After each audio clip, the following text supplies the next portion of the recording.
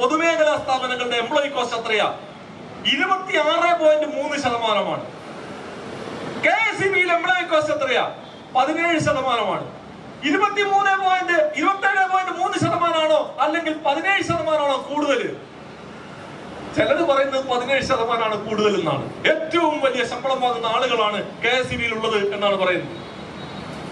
നിങ്ങൾ തൊട്ടടുത്ത് ടാൻജെഡ്കോ, അതാണ് തമിഴ്നാട്ടിലെ ഇലക്ട്രിസിറ്റി സെക്ടർ യൂട്ടിലിറ്റിയുടെ പേര്, അല്ലെങ്കിൽ കർണാടക പവർ ഡിസ്ട്രിബ്യൂഷൻ കമ്പനി, ഈ രണ്ട് കമ്പനിയുടെയും ശമ്പള പരിഷ്കരണ ഡീറ്റെയിൽസ് ഗൂഗിളിൽ salary and allowance of TANGEDCO PDF അടിച്ചു കഴിഞ്ഞാൽ PDF ആയിട്ട് കിട്ടും. അതുപോലെ തന്നെ കർണാടക പവർ ഡിസ്ട്രിബ്യൂഷൻ കമ്പനിയുടെ സാലറിയും അലവൻസും എന്താന്ന് കിട്ടും. അവിടെ നമ്മുടെ ശമ്പള സ്കെയിലും അതും കൂടി ഒന്ന് താരതമ്യപ്പെടുത്തുക.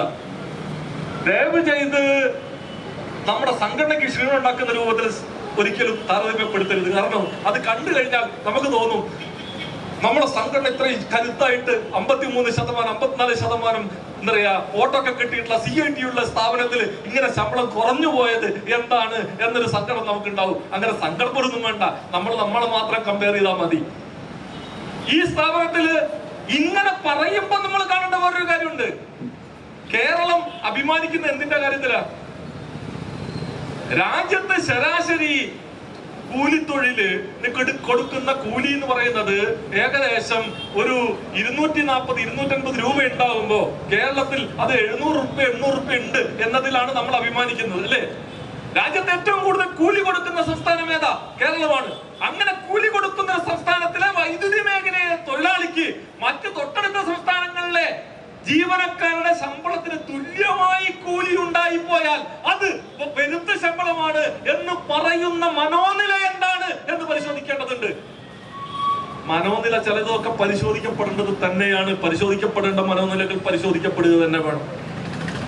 അപ്പം നമ്മൾ അങ്ങനെ വലിയ ശമ്പളം വാങ്ങുന്നവരല്ല. അത് ഈ സ്ഥാപനം കേരളത്തിലെ പൊതുമേഖലാ സ്ഥാപനങ്ങളെ വെച്ച് പരിശോധിച്ചാലും ഈ സ്ഥാപനം ഇന്ത്യയിലെ മറ്റു വൈദ്യുതി മേഖലയിലെ സ്ഥാപനങ്ങളെ വെച്ച് പരിശോധിച്ചാലും ഈ സ്ഥാപനം വലിയ ശമ്പളം വാങ്ങുന്നവരല്ല. എന്നാൽ റെഗുലേറ്ററി കമ്മീഷൻ ആയാലും മറ്റ് വിവിധ സ്ഥാപനങ്ങളായാലും ഒക്കെ വൈദ്യുതി ബോർഡിനെ കുറിച്ച് ചില ആക്ഷേപം പറയാറുണ്ട്. ആക്ഷേപം പറയുന്നത് പെർ യൂണിറ്റ് എംപ്ലോയി കോസ്റ്റ് നമുക്ക് കൂടുതലാണ് എന്നാണ്. എന്താ per unit employee cost? Per unit employee cost എന്ന് പറഞ്ഞാൽ ഒരു യൂണിറ്റ് വൈദ്യുതി ജനങ്ങൾക്ക് എത്തിക്കാൻ വേണ്ടി ചെലവാക്കേണ്ടി വരുന്ന വൈദ്യുതിയുടെ മേലെ എംപ്ലോയി കോസ്റ്റ് ആയി വരുന്ന പൈസ എത്രയാണോ അത് നമുക്ക് കൂടുതലാണ് എന്നാണ്.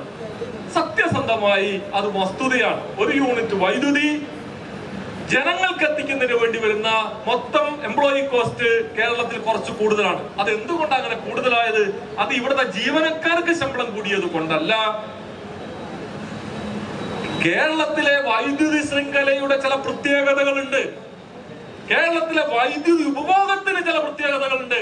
ഈ രണ്ട് കാര്യങ്ങളും പരിശോധിക്കാതെ പെർ യൂണിറ്റ് എംപ്ലോയി കോസ്റ്റിനെ കുറിച്ച് ചർച്ച ചെയ്യുന്നത് തെറ്റാണ്. എന്താ നമ്മുടെ വൈദ്യുതി ഉപഭോഗത്തിന്റെ ഒരു പ്രത്യേകത? നമ്മള് കേരളത്തിൽ മുഴുവൻ വീടുകളിലും വൈദ്യുതി എത്തിച്ചിട്ടുള്ള ഒരു സംസ്ഥാനമാണ്. ഇടുക്കി ജില്ലയിലെ ഇടമലക്കുടി അടക്കമുള്ള സ്ഥലങ്ങളിൽ, അട്ടപ്പാടിയിലെ ഏറ്റവും മൂലയ്ക്കുള്ള ആദിവാസി കുടില് വരെ വൈദ്യുതി എത്തിച്ചിട്ടുള്ള, കേരളത്തിന്റെ എല്ലാ മുക്കിലും മൂലയിലും വൈദ്യുതി ലൈനുകൾ എത്തിച്ച് വൈദ്യുതി വിതരണം ചെയ്തുകൊണ്ടിരിക്കുന്ന ഒരു സ്ഥാപനമാണ് കേരള സ്റ്റേറ്റ് ഇലക്ട്രിസിറ്റി ബോർഡ്.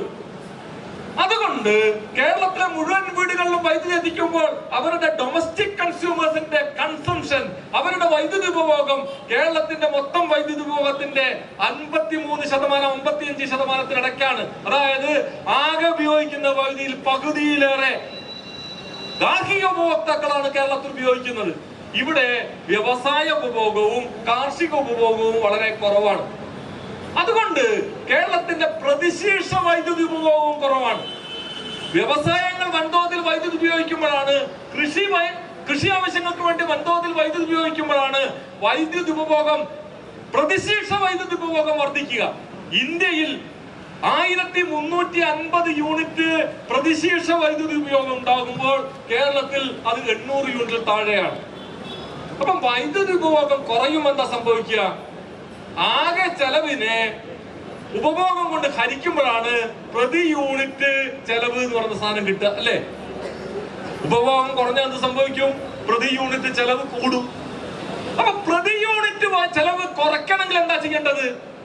ചെയ്യേണ്ടത് മറ്റൊന്നുമല്ല, ആളുകൾക്ക് വൈദ്യുതി വേണ്ട രൂപത്തിൽ എത്തിക്കുകയും കേരളത്തിലെ മൊത്തത്തിലുള്ള വൈദ്യുതി ഉപഭോഗം വർദ്ധിക്കുകയും ചെയ്യണം. അത് വർദ്ധിക്കുന്നതിനുള്ള സൂചനകൾ കണ്ടുകൊണ്ടിരിക്കുക.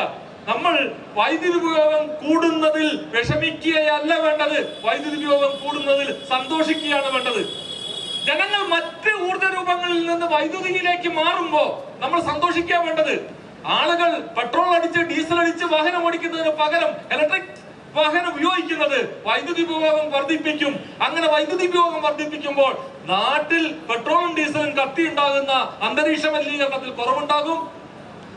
മൊത്തത്തിൽ കാർബൺ ഡൈ ഓക്സൈഡ് എമിഷൻ കുറയും. അതിന്റെ ഭാഗമായി ആഗോളതാപനം കുറയ്ക്കുന്നതിൽ നമ്മുടെ ഒരു ഇടപെടൽ നടക്കും. അതോടൊപ്പം പെർ യൂണിറ്റ് വൈദ്യുതി വിലയിലും കുറവുണ്ടാകും, എംപ്ലോയി കോസ്റ്റിലും കുറവുണ്ടാകും. അങ്ങനെ വൈദ്യുതി ഉപയോഗം വർദ്ധിപ്പിച്ചുകൊണ്ട് എംപ്ലോയി കോസ്റ്റ് പിടിച്ചു നിർത്താൻ ശ്രമിക്കുന്നതിന് പകരം നമ്മള് ഈ സ്ഥാപനത്തിന് വൈദ്യുതി കൊടുക്കാനുള്ള യാതൊരു ഉത്തരവാദിത്വവുമില്ല എന്ന നിലയിലാണോ കാര്യങ്ങൾ മുന്നോട്ട് കൊണ്ടുപോകേണ്ടത്? എനിക്ക് തോന്നുന്നു നമ്മുടെ ഭരണാധികാരികൾ, നമ്മുടെ വൈദ്യുതി ബോർഡിലെ ഉത്തരവാദിത്തപ്പെട്ട CMD അടക്കമുള്ള ആളുകൾ പലപ്പോഴും ചിന്തിക്കുന്നത് ഈ സ്ഥാപനം വൈദ്യുതി സേവനങ്ങൾ നൽകുന്നതിൽ നിന്ന് പിന്നോട്ട് പോകണം എന്ന താല്പര്യം അവർ വെച്ചു പുലർത്തുന്നു എന്നാണ് എനിക്ക് തോന്നുന്നത്. പലപ്പോഴും ആ നിലയ്ക്കാണ് ഇടപെടൽ നടന്നുകൊണ്ടിരിക്കുന്നത്.